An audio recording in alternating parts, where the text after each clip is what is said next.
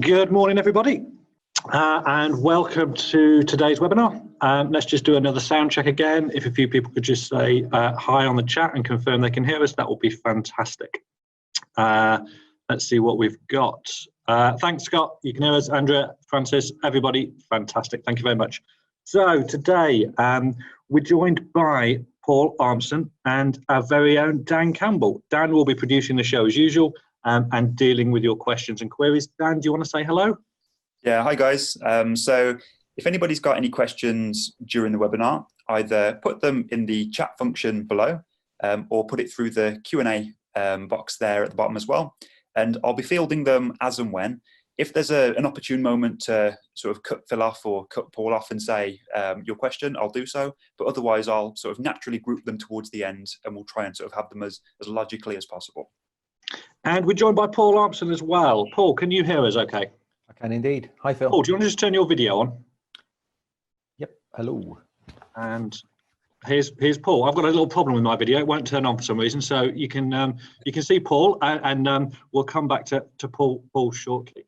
But we'll move on with today's slides. And we're going to be talking today about communicating your value and also discussing whether you should disclose your fees online. Along with passive versus active, fees versus ad valorem charges. Disclosing your fees online is one of the big hot topics in our profession right now. As I say, we're joined by Paul. So for those of you who don't know Paul, there must be one or two on the call who doesn't know Paul. I'd imagine that most people know you, Paul. But Paul was an advisor from 82 to 2007, founder of Inspiring Advisors, organizer of Back to Why, author of that seminal book, Enough. It's a book that we buy every new starter here at the Artistic Agency. And we'll share these slides with you so you can, after this call, so you can click any of those links and have a look at Paul's work. Paul, is there anything I've missed off there that we want to add on to that list? I think that's all people. Is that pretty comprehensive? Yeah. Excellent, excellent. So, Dan, I just saw a couple of things through on chat. Anything that we need to be aware of right now? No, a lot of people are saying good morning and saying that they can hear us. That's always a bonus. So Andy says that he cannot see Paul. So the way that the webinar tend to work is if Phil's speaking and sharing his screen, we can see the slides. And then when Phil stops sharing and Paul starts speaking, you'll be able to see Paul pop up depending on the way that your Zoom's set up. Thanks, Dan. That's really, really useful. So what we're going to cover today, we're going to talk about the pros and cons of online fee disclosure. We're going to get some top tips for getting it right. We're going to look at some of the mistakes to avoid. And then we're going to talk a lot about how financial planners can communicate their value. It's never more important than at times like this. And online fee disclosure, from our perspective, there's three ways of doing this. The first is you don't do it at all. No one's making you do it. And it's the approach taken by the majority, as we'll see in a second. And the second is to explain your fee philosophy, but not actually the fees that you charge. So you might explain that you charge fixed fees for both ongoing and initial advice. You might explain how fees are calculated, or your approach and, as I say, your philosophy to it, but without talking about the actual fees that you charge. And of course, the third way is to fully disclose your fees online at each stage of the financial planning process, providing examples of costs for the different scenarios and demonstrating the value as well. That's so important, and that's why we're going to dedicate the majority of this webinar to discussing value. If you get any questions as we go through, please don't save them to the end. Please pipe up, and Dan will field those as we go along. So, who's doing what? So our research shows that 78% of advisor and planner websites make no mention of fees online. 17% mention the fees but don't give amounts. So they're talking about their philosophy, maybe a bit about how they charge, but not giving specific amounts. And only 5%, 1 in 20, will actually disclose the fees that their clients will pay online. So someone can understand before they make the call, before they have that initial meeting, what it is they're likely to pay. How many people have we got? If we could put some notes on chat, it'd be quite useful. Is there anybody on this call who actually does disclose their fees online? It'll be really interesting to know who we've got in in the call today as to who is disclosing fees in pound, shillings, and pence terms on their website. And Dan, perhaps you can come back to us about that in a second. Our view in terms of fees online is we sit on the fence. We can see the times that there's occasions where there's times to put your fees online, and we can see that there's occasions when it wouldn't work. We certainly don't believe that online fee disclosure should be compulsory.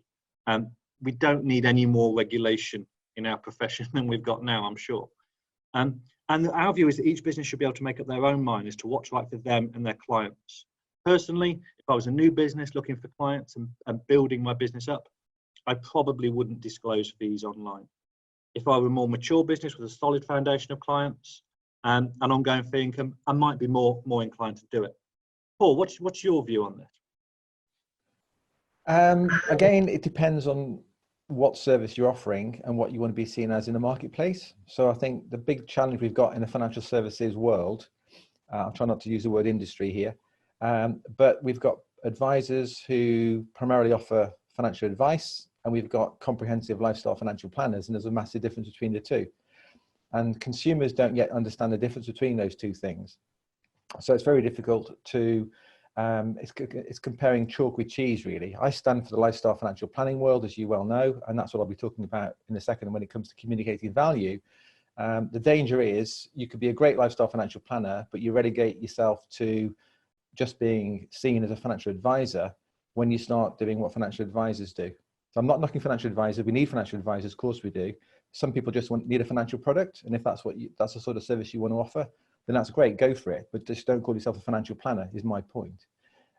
So it does depend on what service proposition you've got and what you want to offer to your clients, what outcomes you want for your clients, and also what outcomes you want for yourself as well, which we'll talk about in a second. Thanks, Paul. Dan, anything interesting or any questions coming through on the chat that we need to answer right now? Okay, so of the broadly 20 that answered, 5 don't, 15 do disclose fees. A few people have said that whilst they don't disclose actively on the website, if you dig around deep enough, they'll be in resources sections or, you know, examples of terms of businesses on the website, for example. So the vast majority that have answered do. Okay, thank you, Dan. So in terms of those who choose to do it, I think there's 3 benefits, key benefits of disclosing your fees online. The first is around transparency, trust, and differentiation. All advisors and planners claim and are trustworthy and open and transparent. Disclosing your fees online demonstrates both of those, and it also differentiates your business. As we've said before, only 1 in 20 disclose fees online. So doing it is a great way of differentiating your business, demonstrating transparency, and building up trust. It also potentially helps to avoid surprises. If a potential client who has picked up the phone to you and got in touch has already seen your fees online, then it may help to move the conversation on more quickly when you actually get to meet them.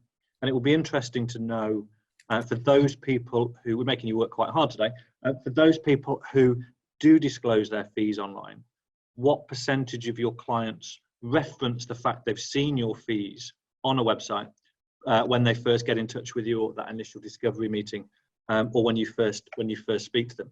Be really interested to understand that, because of course there's no guarantee that someone will have seen your fees online just because they're there. There will be a popular page, and we'll talk about that more in a second. It will be the 2nd or 3rd most popular page on your website, but there's no guarantee everyone's going to have seen it. So it may help to avoid some surprises, but it isn't guaranteed. And of course, disclosing fees online may also help in terms of inquiry selection. It may help to weed out some of those people who are really, really price sensitive and might not make the perfect client as a financial planner. So from our perspective, 3 benefits: transparency, trust, and differentiation, avoiding surprises, and inquiry selection. Dan, what have people said in terms of the avoiding surprises point and whether people have seen fees online before they get in touch? So Eugenie says none that I can recall. Okay.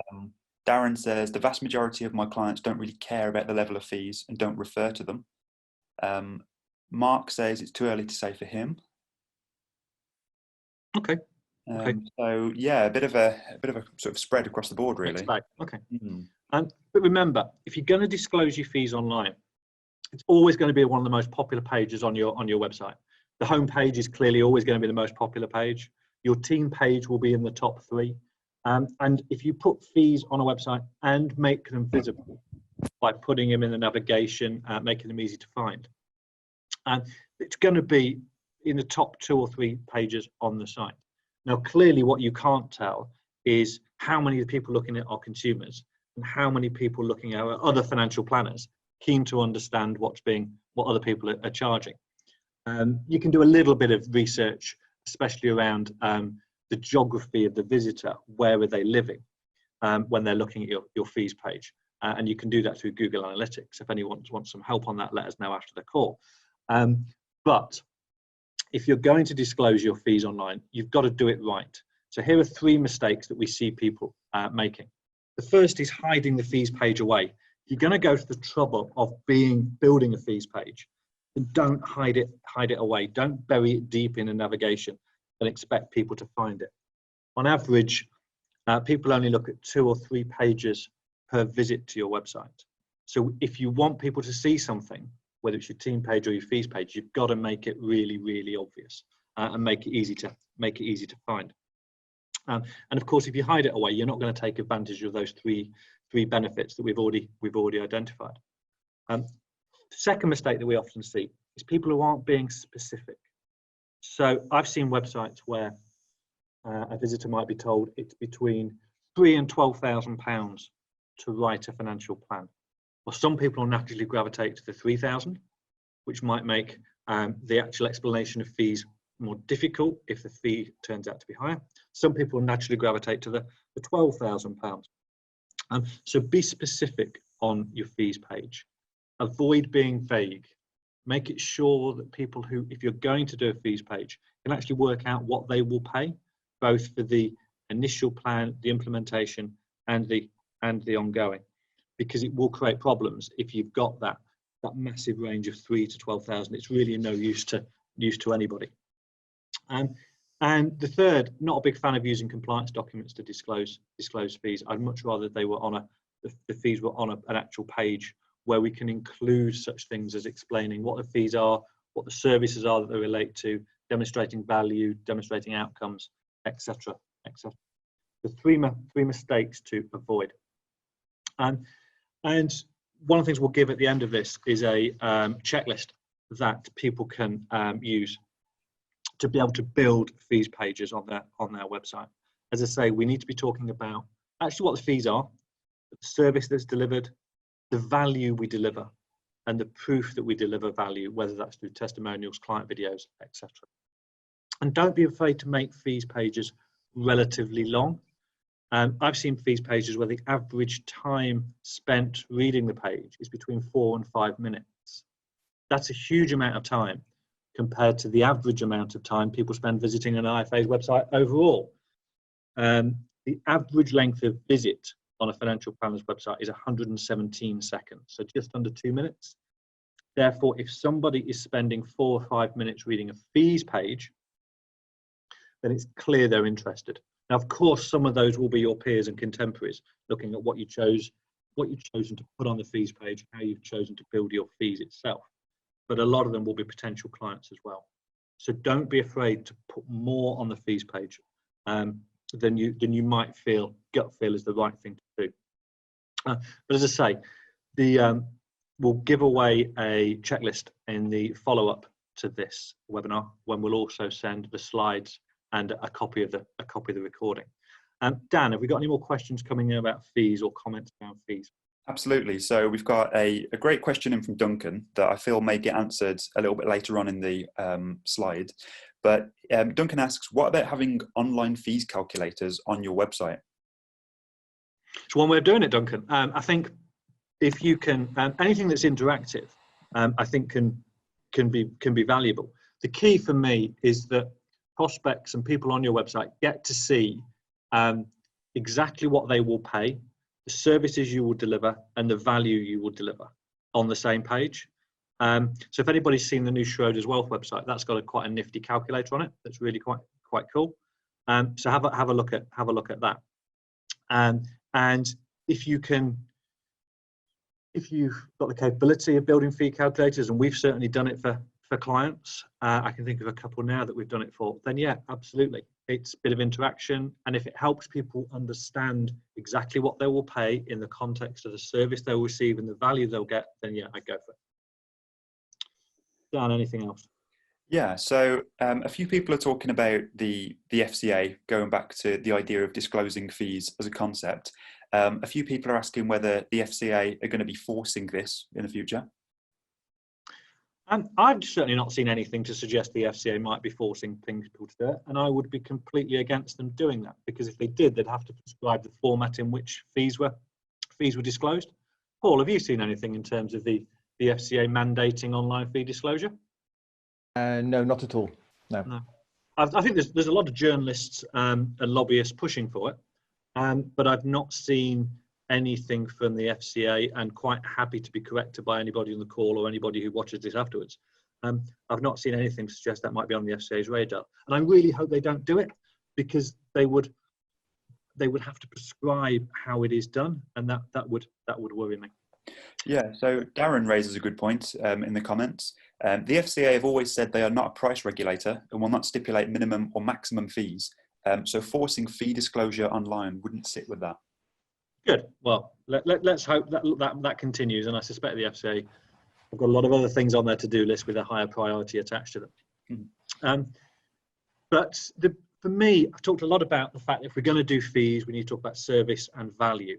And this is what I want to talk about. Oh, actually, no, I don't. I want to get Paul to talk about for the rest of this webinar, and talk about how we demonstrate value. We know financial planning changes lives. Your clients who have experienced it know financial planning changes lives. And we know that the value people receive is greater than the fees that they pay. But I feel that we have to, as a profession, communicate the value of planning better. And there's nobody better to talk about that than Paul. But Paul, what I want to start with, if it's okay with you, is to understand why you think it's important planners communicate their value. And the best ways of doing it. Okay, could you unshare your screen then, Phil, if you finish with these slides? Yeah, of course I can. Is that better? Yeah, if you can. Okay, right. Okay, thanks very much, Phil. Yeah, so disclosing fees online. I wrote an article about this, and it got quite a lot of stick. I got quite a lot of stick for talking about the idea that we shouldn't disclose fees online. But it does depend, as I mentioned earlier, on the type of service that you're offering and whether or not you are delivering primarily transactional financial advice, or you're delivering life-changing financial planning. And I need to sort of explain the difference between this. I sound like a broken record for some people I know, but I'm going to keep on saying this, and I want this on my gravestone. But I'm going to use this little aid here. I'm hoping you can see it. As a high-tech training aid. But basically, what we're talking about, I think, is this, that I believe that if we're doing the job properly, when I say properly, I mean we have a responsibility as financial planners, financial advisors, I believe, to help people to get a better life with their money. It's as simple as that. We're here to help our clients to get and keep the life that they want. That's what our purpose and that's our role. Now, unfortunately, the industry, the financial services industry, the product providers, the manufacturers, they see things slightly differently, and they just want their product sold. And for years, they've used financial advisors as a medium to sell financial products. And it's worked really, really well for many, many years. Clients thought they were getting free advice. They weren't paying for it because it was commission. And advisors got paid commission, and product providers got their stuff sold. So that's how it's always been. And you know as well as I do that over the last few years, it's changed massively, that product providers aren't paying you anymore. Well, some they are, obviously, with AUM. But who's paying you now, transparently, is your client. And therefore, your service has got to make their life better. It's as simple as that. And that's really what we should all be focusing on. If we're professional, certainly if we're professional financial planners, we shouldn't be starting with a financial product. That's what the industry wants you to keep focusing on, remember. So when I wrote my article, I was basically saying that should you put your fees online? Yes, if you want to go broke within 5 years, okay?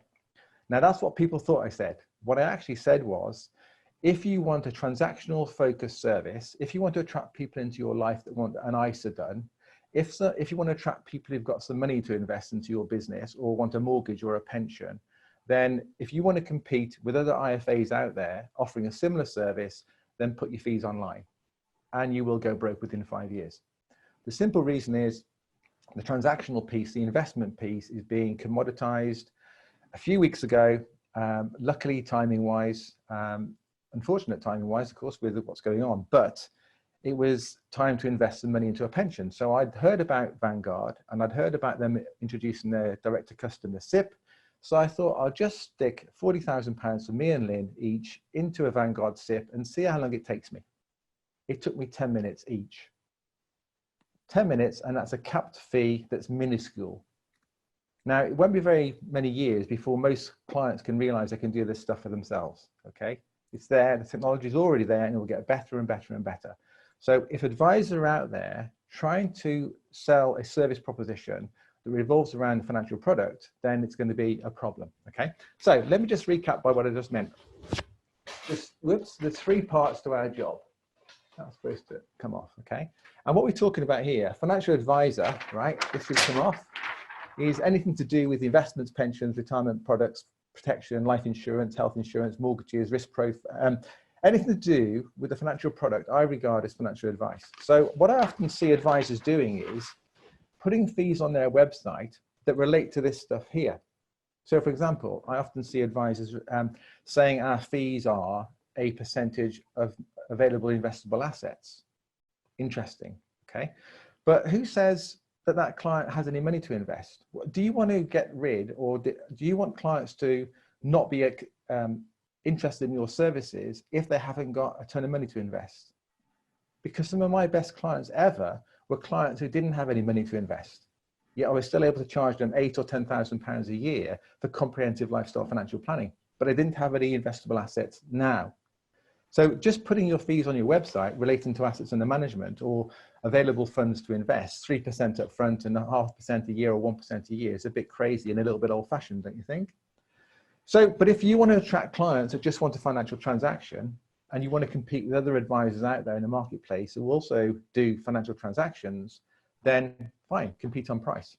That's one thing you can do. But I believe that we have got to move now towards a proper financial planning profession where every client receives comprehensive, proper financial planning. If you're a financial planner, if you just want to be in a financial advisor space, as I've mentioned, that I'm not knocking financial advisors. I'm saying if you just want to do this here, do it to the best of your ability, fantastic. But just don't call yourself a financial planner if all you're doing is that, okay? Now, I know I get people irritated about this, but this is what we've got to do. We've got to stand up for and become a proper trusted profession where we deliver proper financial planning.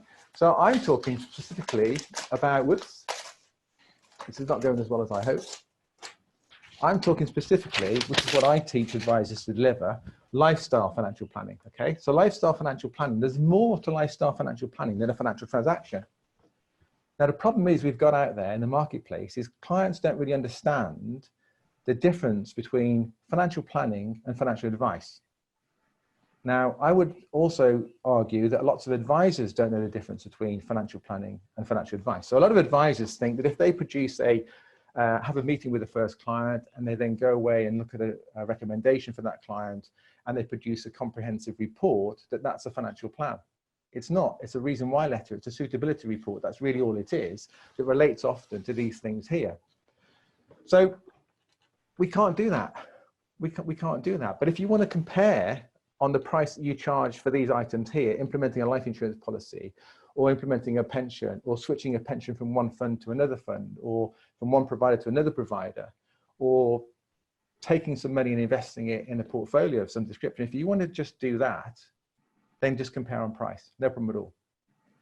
So what we've got to do is if we are genuinely proper financial planners, we've got to deliver a consistent service to every client every time. And I believe that's where we have to make sure we wear our three hats. Now, our three hats are what I would call life planner, financial planner, and financial advisor. This is what I totally believe we should all be doing.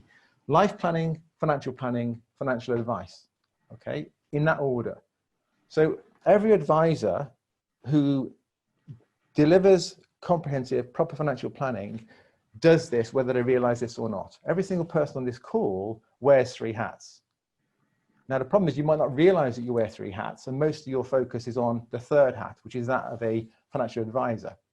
But really, the most important part of your job is this. Whoops, this isn't going to plan. Is life planning. Okay, that's the most important part of your job. The second part of your job is financial planner. Life planner is all about your client. That first meeting that you have with your client, I would always say to my clients that today's meeting is all about you. It's not about your money, because until I know about you, I've got no right to talk about your money or tell you what to do with it. So today's meeting is what I call a life planning meeting. It's about where are you now? How do you get to where you are now? What's your story? And when I understand that, it's understanding where you're trying to get to in the future. What are you trying to do between now and the day you die? What sort of things do you want to do between now and the time you're dead in a box? That's my job today, Mr. Client, in this first meeting, is to find all about you. Because as I say, until I know about you, I've got no right to do any of this stuff here. When I understand you and your life and your story, and also what the money is for in the first place, okay, when I've done all of this stuff here, then I'll take off my life planner's hat, and in my second meeting with you, I'll be wearing my financial planning hat. The financial planner's job is to identify all the resources available to you now, all the resources becoming available to you in the future, and often all the resources that might have to come available for you to service and fund the life that you want, okay? That is financial planning. It's helping you to understand what needs to happen for you to never run out of money, live the life that you want without ever running out of money or dying with too much. That's what financial planning really is. If that financial plan indicates, if it does, that you need a financial product, if you do, then Mr. Client, I will then put on my third and final hat that will find you the right product to suit the needs of your financial plan. But my point is, who says you even need a financial product? Okay, so that's as a starting point, I believe, of great financial planning advice. Approach every client with a mindset that says, who says you even need a financial product? So that means how can you build or how can you promote fees for financial products on your website when you don't yet even know two things? One, whether that client actually does need a financial product that you've got available to sell, or secondly, you haven't yet decided whether you want this client in your life or not. That's another thing as well. You've got to be really careful about how many people you let into your life, I believe. Because one of the things I do with my training program, when people find out about it and they come to find out about my stuff, I ask them a number of questions. And one of my favorite questions is asking them to tell me what their biggest challenge is right now. And the one consistent, it's two, basically. The first and biggest problem that most people have is not enough for the right clients. And the second biggest problem they have is they demonstrating value. Now, what they're trying to do often is demonstrate value here, but there is no value there. The value is here. This is where you earn your fees, okay? You earn your fees through really engaging with the client about where they are and where they're trying to get to, and you helping them through wise financial decisions to get and keep the life that they want. This is where you add your most value. Implementing a financial product is not where you add value. So why would you peg your service relating to this here? I've always said, never ever charge for managing people's money. That's a crazy thing to do when everyone can undercut you and you can't control the outcome of that money. You should be charging for the comprehensive financial planning experience that you deliver. Charge for the experience of working with you. That's how you justify your fees. That's how you change lives. That's how you engage with clients and remove all competition into your life. Phil, back to you for a second there to pose some questions on that. But this is where I often are misunderstood in the marketplace, I'm not talking about being a financial advisor. I'm talking about being a comprehensive lifestyle financial planner that delivers the same service to every client every time. And not every client needs or wants this. So you have to make a decision about what is it that you stand for. Yeah, I completely agree, Paul. If the value is in the first two columns, the life planner and the financial planner, as I said before, we in the profession know financial planning changes lives. I've sat with dozens of clients interviewing them on video about how they've benefited from financial planning and life planning. I think some great examples, and we've got some fantastic videos coming out on some websites which are due to launch soon. But what are the key ways for you that planners can demonstrate value for what is a service that they might not immediately understand or know they need, if that makes sense? Yeah, and this is it, you see. So one of the comments I made in my article was, I know of a firm that I respect, and I happen to just copy and paste their fee structure into my article. I didn't reference them. Perhaps they wanted to be referenced, I don't know. But this is a firm that was quoting quite substantial fees, like £3,500 a year minimum, no, £4,000 a year minimum, going up to £12,000 a year minimum, for what I assume will be this sort of service, right? But the problem is, any visitor to their website might see a fee of £4,000 or £5,000 or £10,000 a year and think, woo, that's a couple of holidays a year, that is, depending on the holidays that they have. And what they don't often recognize is the fact that those clients could already be paying out those fees already to other advisors or to other platforms or to other parts of the financial industry. Those clients could already be paying out substantial fees and not even realize that. And those fees they're paying elsewhere could go towards the cost of the fee that that new advisor wants to charge. But the client won't perceive that or understand that when they visit that person's website. So I think that's a stupid way of, personally, of communicating your value, is by putting a fee in there without clients fully understanding what it is that you do. And they will see those fees often as being extra. Sorry, Phil, I didn't answer your question about— That's all right, you give it a go. Perceiving value. So the point is, clients won't understand this until they experience it. Okay, that's a challenge we've got as advisors. Consumers don't know the difference between financial planning and financial advice, and we're never going to fix that until financial planners step up to the mark and deliver this service to every client every time, no excuses. That's what we've got to do as a profession. Now, so therefore, what we've got to do is remove the barriers to delivering this service. So what I see some advisors do is say, we have a fee of X thousand, okay?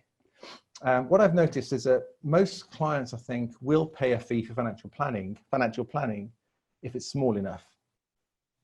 But we don't necessarily want small fees. But what advisors do is they say, well, I'll charge you £750 for a financial plan or £2,000 for a financial plan. They do a lot of work. They might even do all of this stuff here. But then that is just for the plan. From that point forward, their remuneration is for the money stuff. So then they charge their 1% a year of assets under management, and they pay little attention to the plan because they've got the assets now. And now they're measured by the success or failure of those assets. And that's a crazy thing to do. You've got to keep the value here. Now, the problem is then, clients won't understand this. They don't really get what we do. They don't really get lifestyle financial planning yet. Will they in the future? Hopefully. But we, as professionals then, have got to engage in this first meeting here. The problem, I think, starts with many advisors here. In that first meeting, the advisor may have good intentions to do what I call the job properly. Don't shoot me, but this is what I call it, right? The advisor starts the first meeting here with good intention to do the job properly and comprehensively, with the outcome of this here. Life first, planning second, if necessary, a financial product. Okay, that's the good intention they have. But for some reason, as soon as the conversation starts, it's often about the product. And through years of training by the financial industry, advisors suddenly fall back to the old ways of talking about products and investments again. And then the client then might not want this because they want their problem fixed. And advisors then want to provide the solution to the problem, which means getting some business, and they just default straight to here. So they're not doing this at all. And that's not because the client, it's because the advisor falls into what I call a transaction trap, where they get stuck here too soon and too quickly, often without fully understanding that client's full circumstances. So the starting point is the advisor has to get this in their head and in their heart first. You've got to really believe that this is the way the job should be done here. You have to start here, not here. Therefore, promoting fees based on this part of your job is making you look like a financial advisor. But do you want to be a busy financial advisor in a world where everything here is being commoditized, or do you want to be a real close relationship builder with your clients, where you guide and help them throughout their life to get and keep the life that they want? The value is here, not here. The transaction trap is such a good phrase. We occasionally we will build a website for a financial planner, and we'll start talking about the types of clients they work with, the types of clients they don't work with, because like you say, Paul, you've got to be careful about who you let into your life, and you've only got so many seats on the bus. Yep. When we deliver the website, the planner will come back to us and say, well, you've not said we do pensions, investments, savings, mortgages, etc. And you can tell that they're falling into, as you call it, the transaction trap. Mm-hmm. They don't have the confidence in delivering the left-hand side, the life planner and financial planner side of that board, and fall back into the financial advisor trap. Mm-hmm. So I think you're so right. It's got to start with the planner, and then flow out. If the planner's not confident in what they're delivering, how are clients going to be confident in that planner? Correct. Dan, really conscious that we've got Paul for about another 20 minutes, so I want to make sure everyone on the call gets as much. You've got me all day if you want me. Oh, okay, fair enough. So we've got Paul for as long as we want. Dan, questions, comments? Yes. Do you want to have a look through what's coming through? Yeah, we've got plenty coming in. A lot of people nodding their heads in complete agreement with what Paul's got to say, which is always good to see. We do have an interesting question in from Alan. Surely if you follow Paul's process, then you can't post a fee, as you don't know what the story is until the client has engaged. You won't know how much work, risk or resource is required. Correct. And also, I can't stress this enough here. Until you've had this first meeting with the client here, right? Until you've actually done this, how do you know whether you even want that client in your life or not? This sounds very mean, but as an advisor, you've got a limited amount of time on this planet as advisors, right? And therefore there's a limited amount of people that you can serve properly. There's also a limited amount of time that you've got to sit in front of clients when you've also got to have a life for yourself. Okay, you may not want that, but that's my belief, that you also have got to get a great life too. Otherwise, why do this work? And therefore, you've got to have this mindset that says that first meeting isn't just about them finding out whether they want to work with you. It's really more about you finding out whether you want to work with them. So just bear that in mind here. So we're not trying to create an attractive fee proposition that lets anybody and everybody into your life. Because one of the things I like to sort of remind advisors of is this, that if you think of your website, I'll use your website for example here, Phil, but basically out there in the marketplace, there are all sorts of people out there, as we know. I use this example as the fact that there's 1,000,001 different people that could come into your life in one form or another, whether they find you through referrals, whether they're referred to you by an accountant, for example, whether they found you on your website, whether they've been referred by a friend.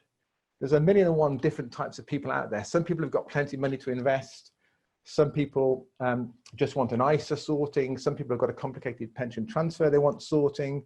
Some people have got a weird interest in some form of obscure investment product that you've now got to go and potentially research just for that particular client. Who wants a life like that, right? That's a financial advisor's life. But if you want a comprehensive lifestyle financial planning service proposition where you get a great life yourself, where you can deliver a consistent service proposition that you totally believe in, then you can't just let anybody into your life. So you've got all these different types of people here, and therefore you've got to try and drive them down what I would call your process, your funnel. So although they're all very different here, you want to, because all these people are very different and with all very different needs out there, the thing is we don't really know which of those people are going to get the most value from your service until you've at least started the process here. So you've got to try and find a great starting point here that's easy to do and easy to deliver to every single type of client that comes in, no matter what their circumstances. Ideally, you want this similar opening point. And then if they tick that box, they then move to the next point here. And if they tick that box, they move on. And you can move them through your funnel because this is how you choose to work. I'm a great fan of Michael Gerber's work.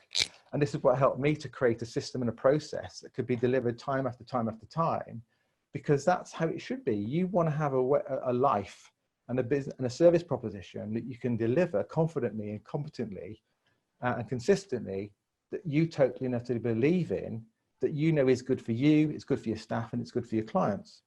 And it pays you well for the work that you do. That's really what I'm guessing everyone on this call would want. If, however, you want to be a busy fool, then just hold yourself out as wearing the third hat only. That's the danger that we fall into. Thank you, Paul. Back to Dan. What else have we got coming in? Okay, so we've got one in from Helena. I think the assumption is that the fees being published just relates to products. What if you clearly demonstrate that your fees are for the planning process? If you can find a way of doing that successfully, then yeah, go for it. But again, as I say, I still don't believe that clients can't really value proper financial planning until they've experienced. That's my experience over the years has been exactly that. But when they've experienced it, they go, wow, wow, wow, wow, wow. The danger is by putting a fee up there up front, and even if you do a great job of explaining this is the way you work, if you can do that, if you can, go for it. But is there a chance that also repels people that would have been perfect clients had that fee not been shown on your website? And I see that happening a lot. You don't know yet whether those clients can benefit from your service or not. So why repel them too soon is my point. It's an interesting point, Paul. Point to Paul. Sorry about that. Dan, I think there's another question that probably follows up quite nicely on the back of that. Yeah, so a question from Daniel, and it's not me, honestly. Do you have any examples of websites that Yardstick has worked on that has done the best job of explaining the financial planning value proposition? And we should point out we didn't plant that question as well. What was the question again? Sorry, I was too busy reading the chat. What was the question, Dan? So the question is, do you have any examples of websites that Yardstick has worked on that has done the best job of explaining the financial planning value proposition? That's one for Phil to answer. I think there's, for me, there's a couple of websites that we've done that, and this maybe brings in one of Simon's question. So Simon's got a question. So client testimonials, referrals, and videos are the only way. For me, we built something called the Podium of Proof. It's really cheesy, and we're marketing, so you'd expect nothing less from us. But for me, the gold standard of demonstrating value online, at least, if you accept that people can only really see the true value when they see the value to them through the financial planning process. But if we see it online, demonstrating value through client videos, I think are really, really important. They aren't the cheapest thing in the world to produce, but they're evergreen. Providing that client stays with you, they're evergreen. And client videos explaining about, get them on a story arc from where they started. Were they nervous? Were they fearful before they started on the journey? Broadly description of the journey, and then key things, how things have changed. Because we know financial planning changes lives. Everybody on this call will be able to have an example of recently where they've changed a client's life. And then maybe that client's been able to retire sooner, been able to retire now when they didn't think they could, spend more money in retirement, not die with too much money in the bank, whatever it is. But they will have truly benefited from financial planning. And video is a fantastic way of doing it. Written case studies would be on the silver step. They can work very well, providing they're backed up with images of the client to demonstrate authenticity, their name, their location, the date they became a client to demonstrate longevity. And very much on the third step are the traditional testimonials on one page of a website that are anonymous. They're pointless, frankly. People won't look at them. Our research shows only between 1 and 2 people in every 100 visitors will look at a testimonials page. They're completely pointless. So if you've got products on your website and if you've got testimonials on your website and that's all you've got, you've probably got a bit of work to do during this lockdown period. But for me, demonstrating value, I would always default to the client videos. In terms of fees, I think we've done a good job on Darren Cook's Red Circle website. And the TFP Financial Planning website is another good website where we've explained fees. So hopefully for those people that ask those questions, we've mangled a few into one there. Hopefully that helps. Dan, back to you. Yeah, so we've got a good question from Duncan from a while back, but it covers videos and fees quite well. So communicating value, is this all heading towards advisors producing bespoke videos and content regarding fees and proposition? Is text narrative too complicated to explain this? Do you want to take this one, Paul, or do you want me to take it? What was the question again? Is this all heading towards advisors producing bespoke video content, fees and proposition? See, again, it's back to this issue about fees being, I know the webinar's about should you put your fees in your website, but I'm an advocate of saying, you know, I started my article off a few weeks ago in Money Marketing by saying that I'd spent several hours going through solicitors, accountants, architects and surveyors' websites trying to find out how they disclose their fees, and I couldn't find any.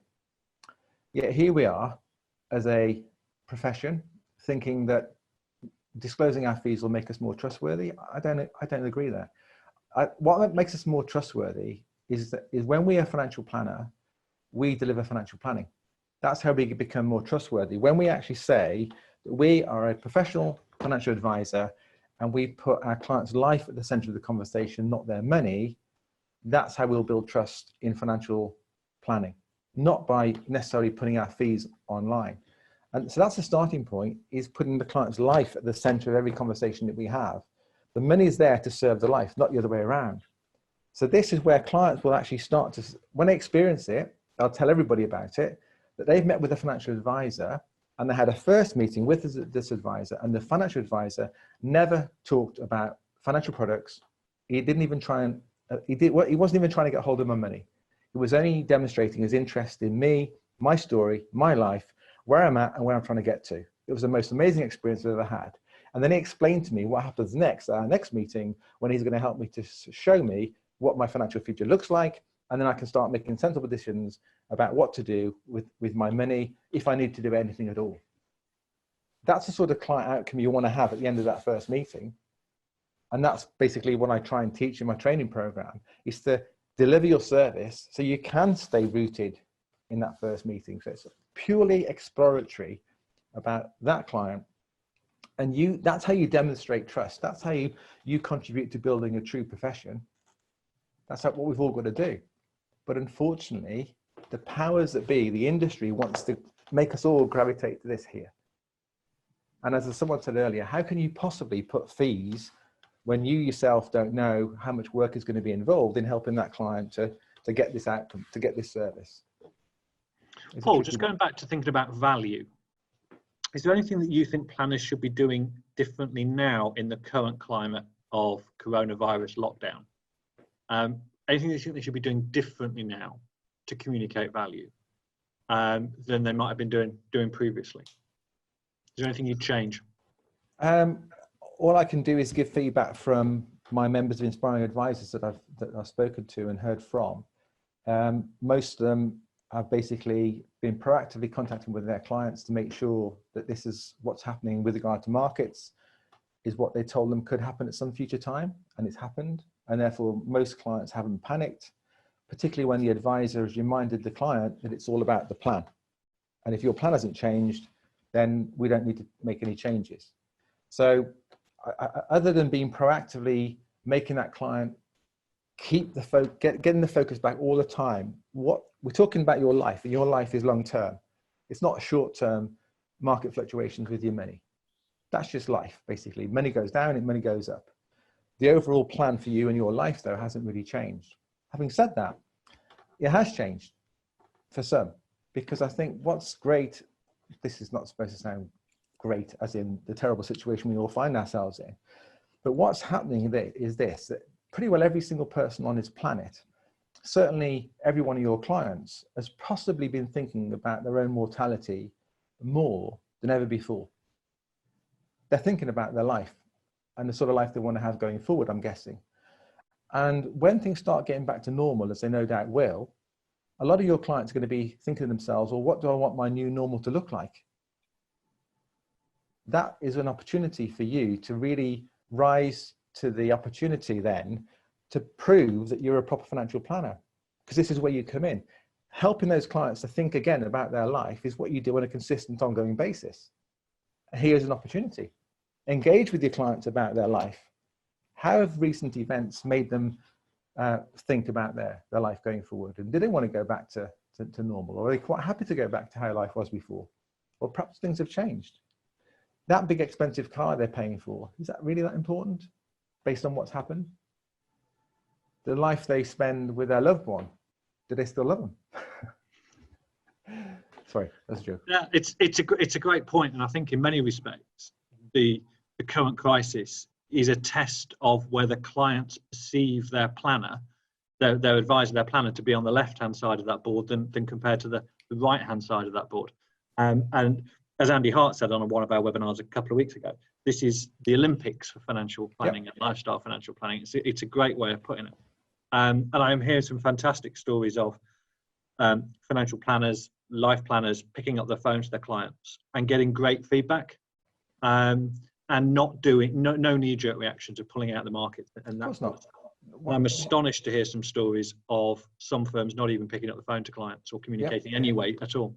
Mm-hmm. That's right. That's right. So this is an opportunity as well for you as well, that if you're looking for clients, there'll be clients out there who have been dealing with a product-focused advisor, an investment-focused advisor, and those clients will have they'll be measuring the experience with that advisor by what that advisor does or has done over the last 3 or 4 weeks. If that advisor has done nothing, then you can just come in now with a more comprehensive service proposition. But this is my point, that there are clients out there now who have got used to paying fees, right? This is the real interesting opportunity for people who do this comprehensively and properly. And if you're not doing this comprehensively and properly, then now's your time to do it, okay? If you've got time available right now to learn new skills and adopt new systems and processes, now is your golden opportunity to start devouring and learning about this stuff. But the point I'm trying to make is this. You know as well as I do, there are millions of clients out there now who have got used to paying a fee. And that fee could be 1% a year of assets under management. Okay, let's just talk about the money stuff for a second. They're paying 1% a year off their assets, but most of them are paying for that and that service only. And some of these fees they're paying could be 5, 10, 15,000 pounds a year. Now, I know there's people on this call who would just love clients to pay 5 or 10,000 pounds a year. But these clients are out there and they're paying it for that and that only.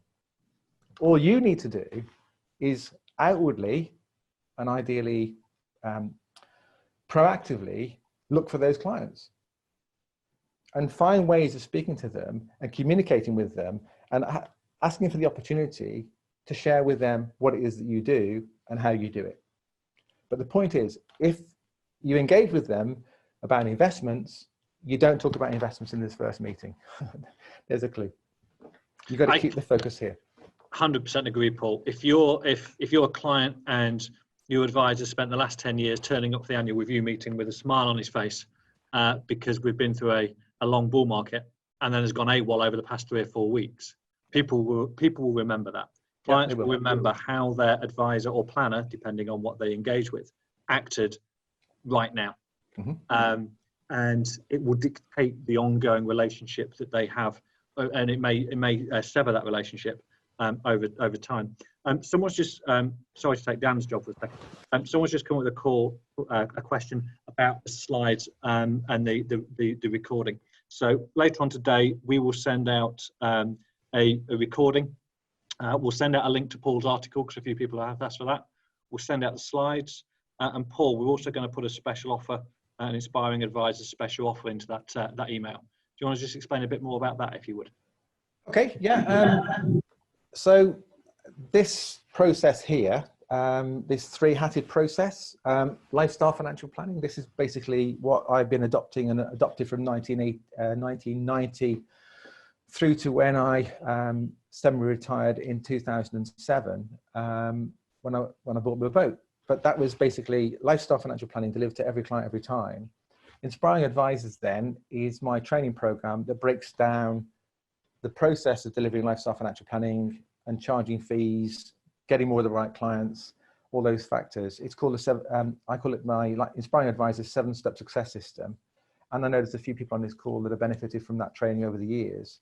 And it just helps you to get back to what it is that you do. It helps you to remind that this is the starting point. And when you've got a proposition that revolves around this here, you start to realize that most of this stuff here isn't that important. A few basis points, to be honest, let's just get this right, okay? So many advisors fuss and faff and argue about a basis point on their portfolio. It's not going to change a client's life, guys. What changes clients' lives is this stuff here. This is what makes clients realize the value that you deliver, not in shaving a few minuscule percentage points off. Now, there'll be someone on this call saying, oh, yes, it does matter. Get a life. What matters, right, is you engaging with your clients and asking the right questions at the right time to get that client the life that they say they want. And I need to explain, Phil, if you don't mind here, but the reason, some people may sense me being quite passionate about this, and I'm passionate about this for a reason, because many, many years ago, I met with a client who I was put in touch with because the client, the male of the client, had been told he'd got 6 months to live. He'd got basically a brain tumor. So I was put in touch with this client, and when I was referred to him by an existing client of mine, because this client wanted to know that when he died, his wife would be okay financially. Okay, that's why they were talking to me, because they were told that I did this stuff here, and he wanted to know that his wife was going to be okay, that she wasn't going to run out of money, she wasn't going to die with. She didn't know anything about. They didn't know anything about this at the time, by the way. But this is the sort of stuff that we're talking about here. They wanted to know that she was going to be okay. So I met with them. I didn't talk about investments. I didn't talk about stuff. I started talking about them and their life so far and the challenges they were going through, what they enjoyed doing, what they wanted to do more of, and so on. And anyway, in the process of this first meeting, they gave to me some financial plans, okay? Now, these were basically referred to as financial plans produced by a certified financial planner, okay? But in actual fact, they were nothing more than reason why letters, portfolio statements, and recommendations to switch funds that advisor had done every year in March, every year, when that certified financial planner saw that client to do and top up their PEPs and ISAs as they were back then, okay? So they've been dealing with a certified financial planner for many, many years. Now they're faced with this life-changing situation that they wanted to know that she was going to be okay in the event of him dying. What actually happened was that they could have stopped work several years ago. They got enough money already to live the life they'd wanted, and instead they were still going to work, doing work they didn't particularly enjoy, and basically not living life fully. And now he finds out he's got a brain tumor with 6 months to live. Now, I personally believe that certified financial planner failed those clients. He didn't help them to understand where they were heading financially. He didn't help them to answer this question about how much is enough. All he focused on every year was this stuff here. And he was a certified financial planner who'd failed his client. So if you want to know why I get so passionate about this stuff, that's why. It's a personal experience that I had with clients who had been failed by a financial services professional that are focused on the money instead of focusing on the client's life. And what we've all got to do, if we honestly, according to ourselves financial planners, is we've got to do this to every client, every time, no excuses. And that means if somebody knocks on your door or wants to do an ISA, you don't do that. Or wants a mortgage, you don't do that. You turn it down. You send them away. Hugely powerful story, Paul, and a great way to bring our hour to a close. Unless, Dan, have we got any more questions coming through that we should be looking at? We've got quite a few left over, yeah. So Go for it. Feel free. That's okay with you, Paul? Of course, yeah. Brilliant. So we've got one in here from Mike, and Mike asks, looking at the life planning and financial planning hats that Paul has outlined, how do advisors who are using this process decide on what fees to charge and at what stage? Fixed fee, hourly fee, another method? It's a really good question. I've got a whole module in my training program on this very subject. Okay. Right. Okay. When you truly get this here, right? I think the way you get paid, the starting point is this, that every client that you take on has to be profitable. It's simple as that, okay, period. It's not, you're not a professional if you're subsidizing clients where one client pays you a lot and another client pays you an awful lot less. And it's only because of this client here paying you so much you can afford to look after this client over here who's not paying you enough. That's just a crazy model that no other professional would actually do. So the starting point has got to be every client's got to be profitable. But then every client is different. We've already seen that here. Some clients have got loads of assets. Some clients have got no assets at all. Some people have got money that's already paying, for want of a better word, trail, AUM. Some people might be happy to pay a standing order. The bottom line is it doesn't matter how you get paid as long as it's transparent and it's profitable. And therefore a combination of methods of being paid is all okay. It's got to suit the client, hasn't it? If we turn around and say, right, this is our rigid fee structure, but that client hasn't got the assets in the management, for example, if you're an AUM sort of person, then you just shot yourself in the foot. But if done properly, that client could pay you a decent fee from their business, let's say, if they've got a business. And that's why I like talking to business owners, because there's lots of different ways of you being paid your minimum fees. So I don't think we need to be too prescriptive about how you charge. I do like the retainer model. I think the retainer model has got a future, and I think that's where we're going to gravitate towards going forward. And we talked about this a great deal at Back to Why last year, a conference last year. So I think the retainer model works, but the starting point, I think, is getting this right first. Get this right here so you fully understand and believe in your own value. When you've got this right in your head and in your heart, you become, I would say, invincible, whereby you can definitely stand up for the fees that you want to charge for delivering these outcomes with no guarantee of that. This really should, when you think about it, this here, if you get good at this, this here stacks up without that. The fact that at the moment we've got this historic method of working based on assets under management is all a bit weird, really, but that's just the follow on from the industry. That's what that is. And we're all living with it, but we all probably know it's not really got that much of a life. I think AUM, assets under management fees, 1% is a bit of a crazy model, really. But it's what we've all grown up with. But I think transitioning away from it is probably a very good move for those people watching this call. Thank you, Paul. Dan, what else have we got?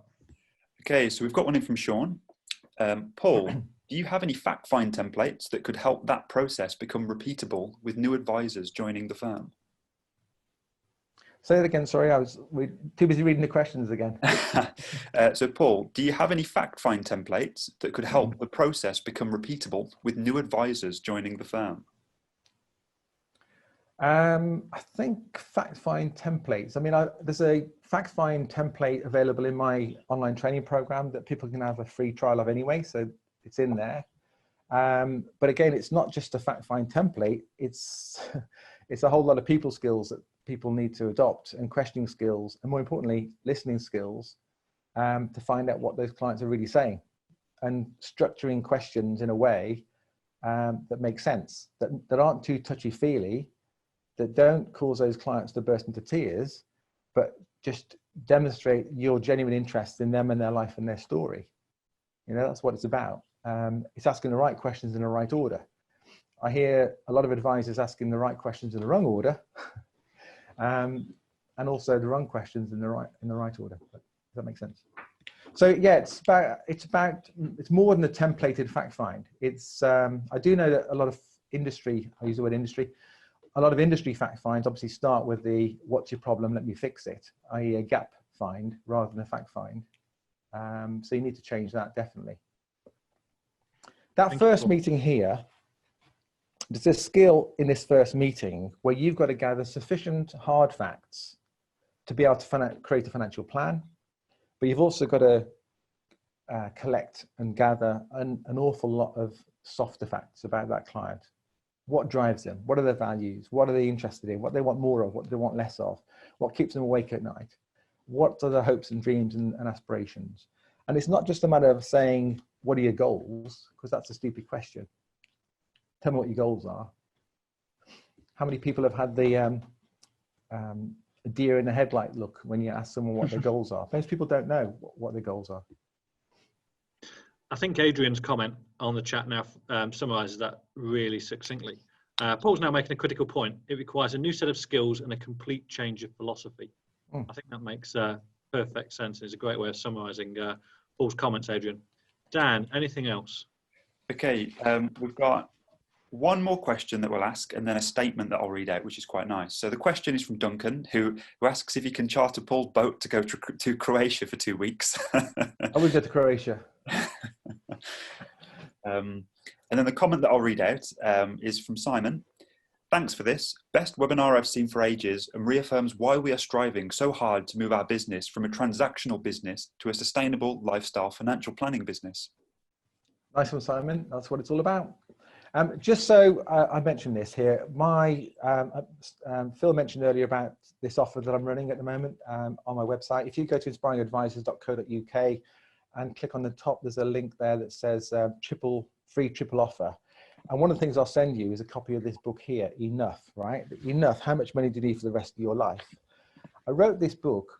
This book, by the way, is only available to members of Inspiring Advisors. I say that for a reason, because it basically says inside this book, it explains what this is all about to the client and explains how the advisor giving them the book is different to most other advisors. Most other advisors do this, and that's a sad fact. I'm sorry, you can shoot me down if you want to, but that's where most financial advisors are. We all know this, really, don't we? So if this here helps clients to understand the difference between proper financial planning and plain old financial advice. So I only let this book make this book available to members of my community, because I hope that they can then deliver what's in this book, because this book promises an outcome for a client. So Phil started earlier about saying, how do we demonstrate and communicate value? I wrote this book for that reason, that if you give that to a client and say, look, just read that, this is what we do. Okay, and let the book do the selling for you. You haven't got to sell anything, basically. All you've got to do is deliver what's in the book. Okay, so in other words, you've got to have the ability to communicate and deliver these outcomes. If you can just do that, which is what I can teach you, then that book will get your clients like you wouldn't believe. And some people say, yeah, but people won't read a full book these days. So all you do, some of my members are using this really well. They're putting a sticky label inside it, like that, giving it to a client or sending it to a prospective client and saying, just read this chapter. They're just writing that on the outside of the book, just read this chapter. And because the book has got numerous chapters that talk about different types of case studies, there's normally there's a chapter for every single perfect client that you want in your life in that book. So that's a great prospecting tool for those people that might have difficulty getting new clients. Fantastic. Thank you, Paul. Dan, anything else that you want to add? I think that many comments and questions here are overlaps of things we've covered, so I'm happy from my end. Cool, thank you. Paul, thank you so much for your time today. I think everybody who's been on the call has got huge value from it. Really appreciate your time. Well, I hope I haven't upset anybody. I know I normally do, my articles and so on. I will mention to you, by the way, that whenever I write an article for these, for the money marketing here, I keep saying to them, why are you still called money marketing? As a publication, you know, it's an advisor publication called Money Marketing, but we're not in the business of marketing money anymore. And this is another point. We advisors have got to wake up to the fact that we're not marketing money for the industry anymore. The industry's not paying us anymore. Your clients are paying you, and they therefore believe that they should get a better outcome, which is a better life. It's a great point, on the back of many great points over the past hour or so. Paul, once again, thank you very much for your time today. Really appreciate it. We will send out copies of the slides, our fees checklist for the websites, and many other things, including this Paul special offer, the money marketing article, etc., etc. We'll try and get that out later on today to everybody. In the meantime, thanks for your time. Hope you enjoyed it. Speak soon, guys.